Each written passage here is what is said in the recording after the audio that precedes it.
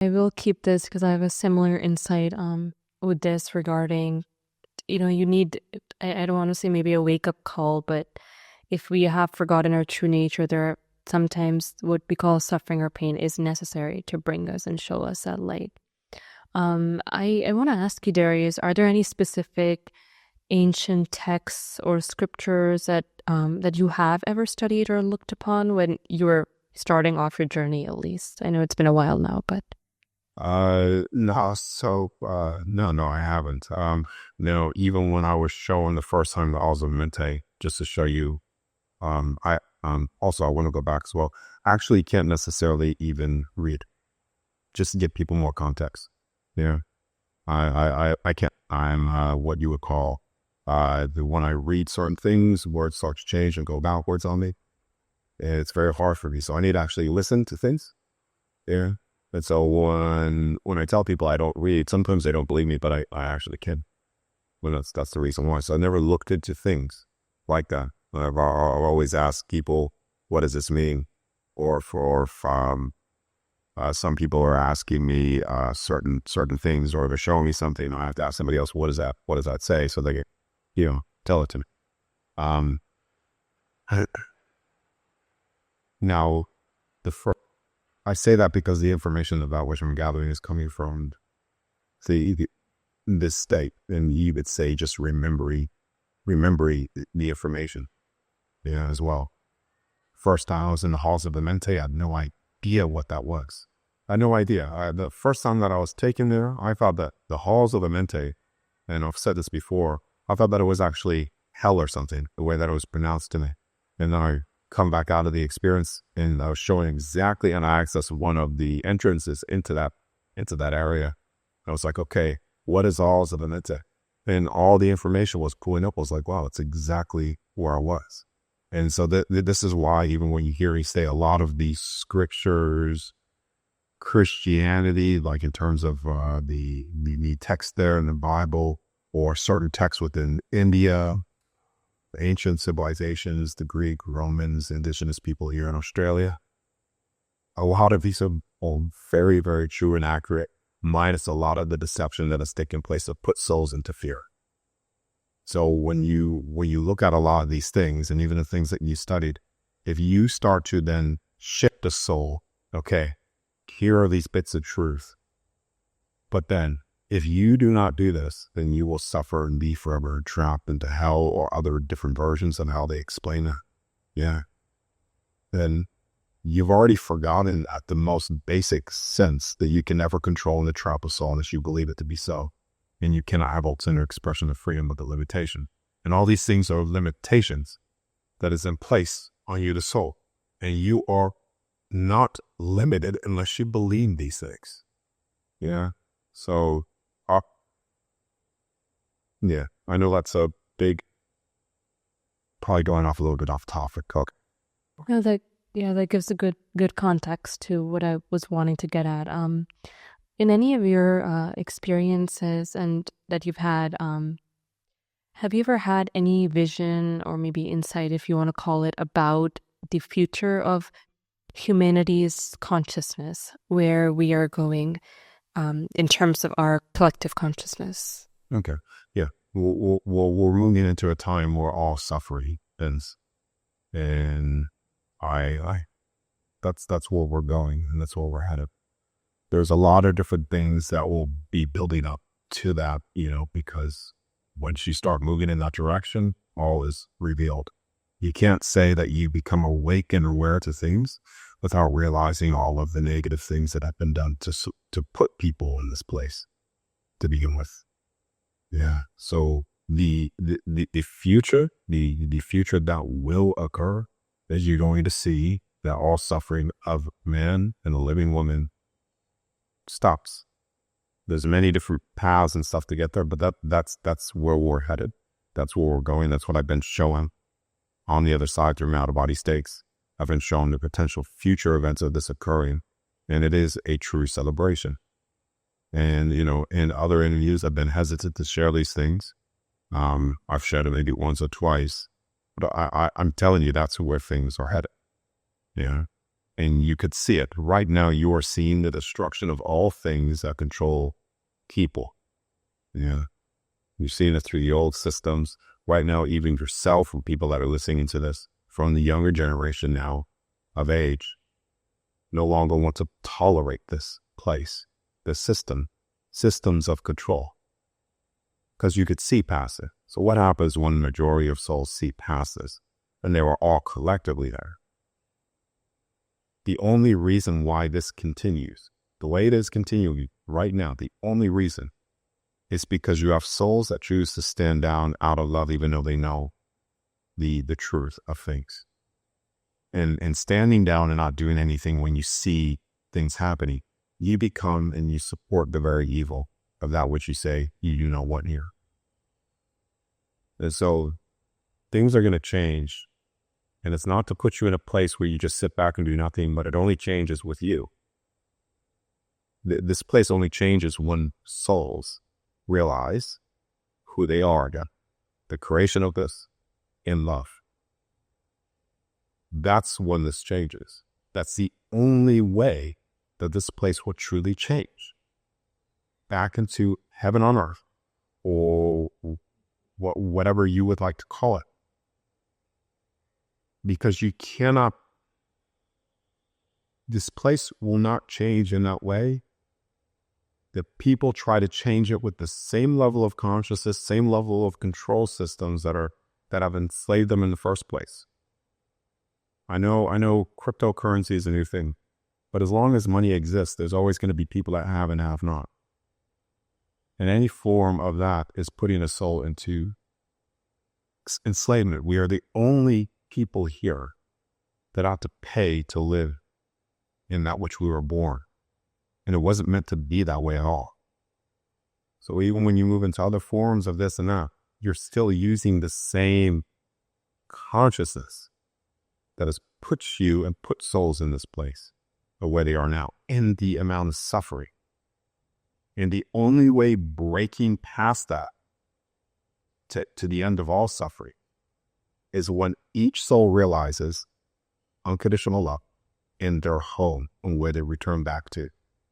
Because once they realize that and truly realize that en masse, you cannot tell me that they will not start acting in a place of love and not doing the things to try to control and suppress other people here, done out of fear, done out of stress. Because as I said before, in love, there is no pain, there is no suffering, there is no control, there is no stress. You see? So that will be the greatest shift within this realm. Yeah, it was when that occurs, and that is how I was shown occurs. And I can't give you all the details of maybe that which you, because I don't know. I just know that is what occurs, and I just know that what you're doing, what I'm doing, and what people are doing is all just lining up to that occurring. So I know I'm the one being interviewed here, but congratulations to you as well for just participating in it. And that's not coming from a place of new agey, or it's just not, seriously, like, thank you for doing what you did, even if you're conscious of it or unconscious of it. Okay. Thank you. Yeah, and I think kind of this is probably what happened with you, but since I became aware of who I am and my true nature, it's just like what I was suffering from, a lot of those things, whether it was because of that ignorance, they went away, and I realized that it is possible for everyone else to feel the same way. That's what we're here to do. Everything else are just activities. You earn money, you do your job, and that's all good, but that's obviously not why we are here and we've been put here. No, activities are going to start changing. So when you're on the other side, you could say you still do work, but that work is not the way the leap-in program work is. You think of work, you think of, I gotta go to work, I'm enslaved, because in essence, you are, if you feel that way.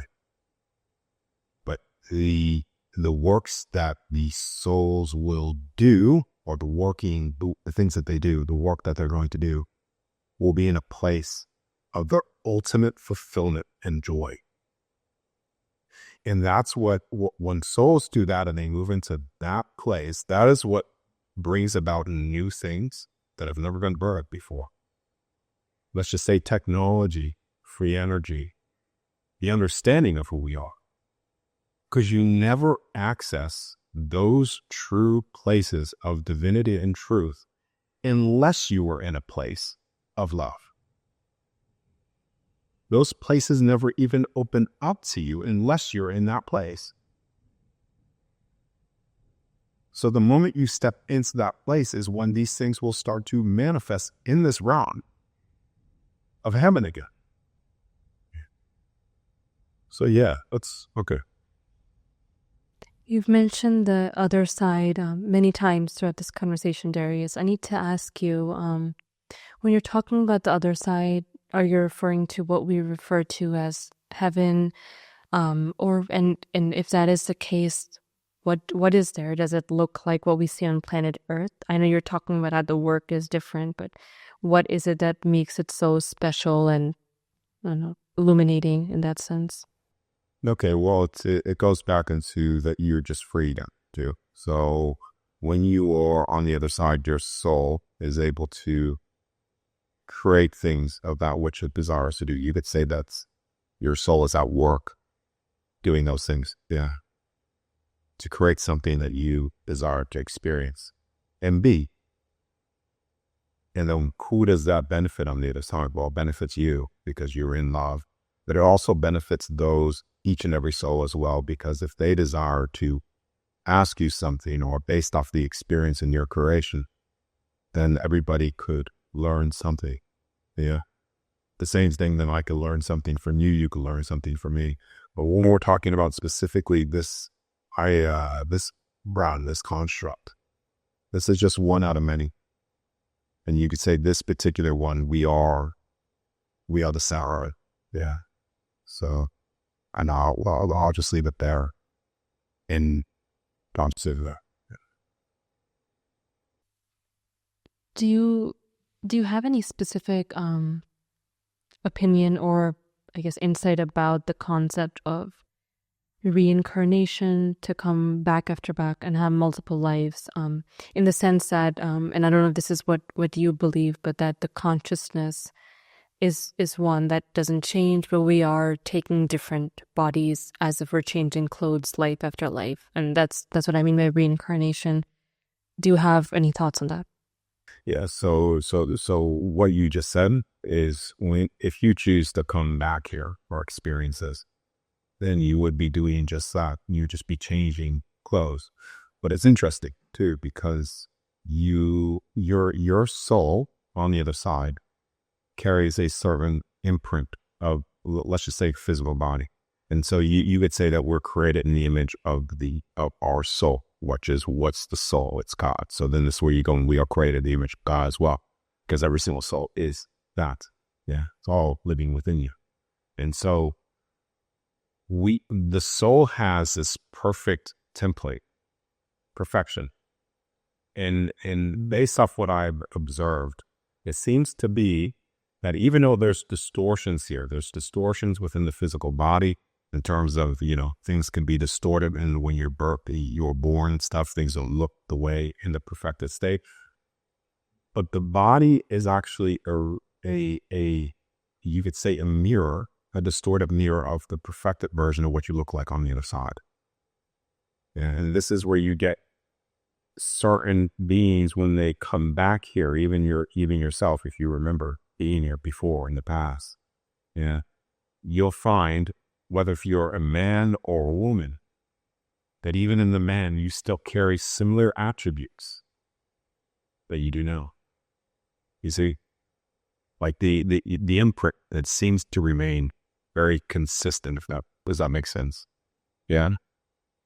Yeah, that does. It reminds me of I love that. It reminds me of how in kind of the scriptures that I read of in Hinduism, that it talks about that the imprints that you're talking about, what we call like what you would call the imprints or the conditioning in the subtle body, in a sense, that comes back, with you life after life. Yeah, that's yeah, that's oh sorry. That's really really cool because I didn't even know that that's what they were saying in that. So that's perfect in a lot of ways. But it's even what you were saying before. Incarnation, yeah, incarnation is only an event that happens here within this realm we are within. So when you're on the other side, they think about it this way. When you're on the other side, you are back home again. So when you want to create something, you don't need to be birthed into that experience. You walk into that experience with your soul fully in the know of everything. Yeah. You don't forget on the other side when you want to experience other things. This is the place that you do. And so you temporarily forget.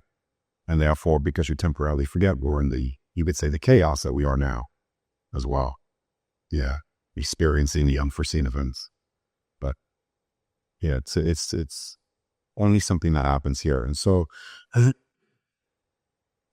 as I'll say as well, you could view it as this. Imagine that you are walking in a city. The city, let's just call the other side, the sidewalk, the road, that's the other side. That's the base level of everything. And all of the different buildings are different constructs, creations for the soul. And you could step into one, have your full memory of who you are from on the sidewalk to walking into that building. Remember, okay, I just walked in here. This looks different. This is a different rule set, a different creation based off an individual soul or collective of souls. And then you choose to walk back out, walk down the street, go into another one, step back out, or create your own based off of your love. This is the only one where you step in here in forgetfulness. And you actually step in here, the things that I've witnessed in the city is when you step in here, there's actually I shared it's an image. I don't necessarily have it with me now to share it to you, but it's you stand in this water. Yeah. So you're standing in this water. And what happens is when you stand in this water, some people even come in here, what is called pairings. People come in here with pairings as well. You could call them soul pairings. People call them original pairs. And when you come in here as pairings as well, you end up looking at each other and just standing in this water. And then your memories start to bleed from you into the water. And this is where you could say, water contains all memory, all things. This is where you can actually look. You could write things in water or say scriptures or texts or anything, and it will actually create an image for you because that is coming from the memories of us bleeding into the waters of this entire creation here. And so our memories bleed through the water, and then we step in here, and then we are born. Ironically, we're born through water as well. And this is where the memory is what I observed at sea. That's how it occurs here.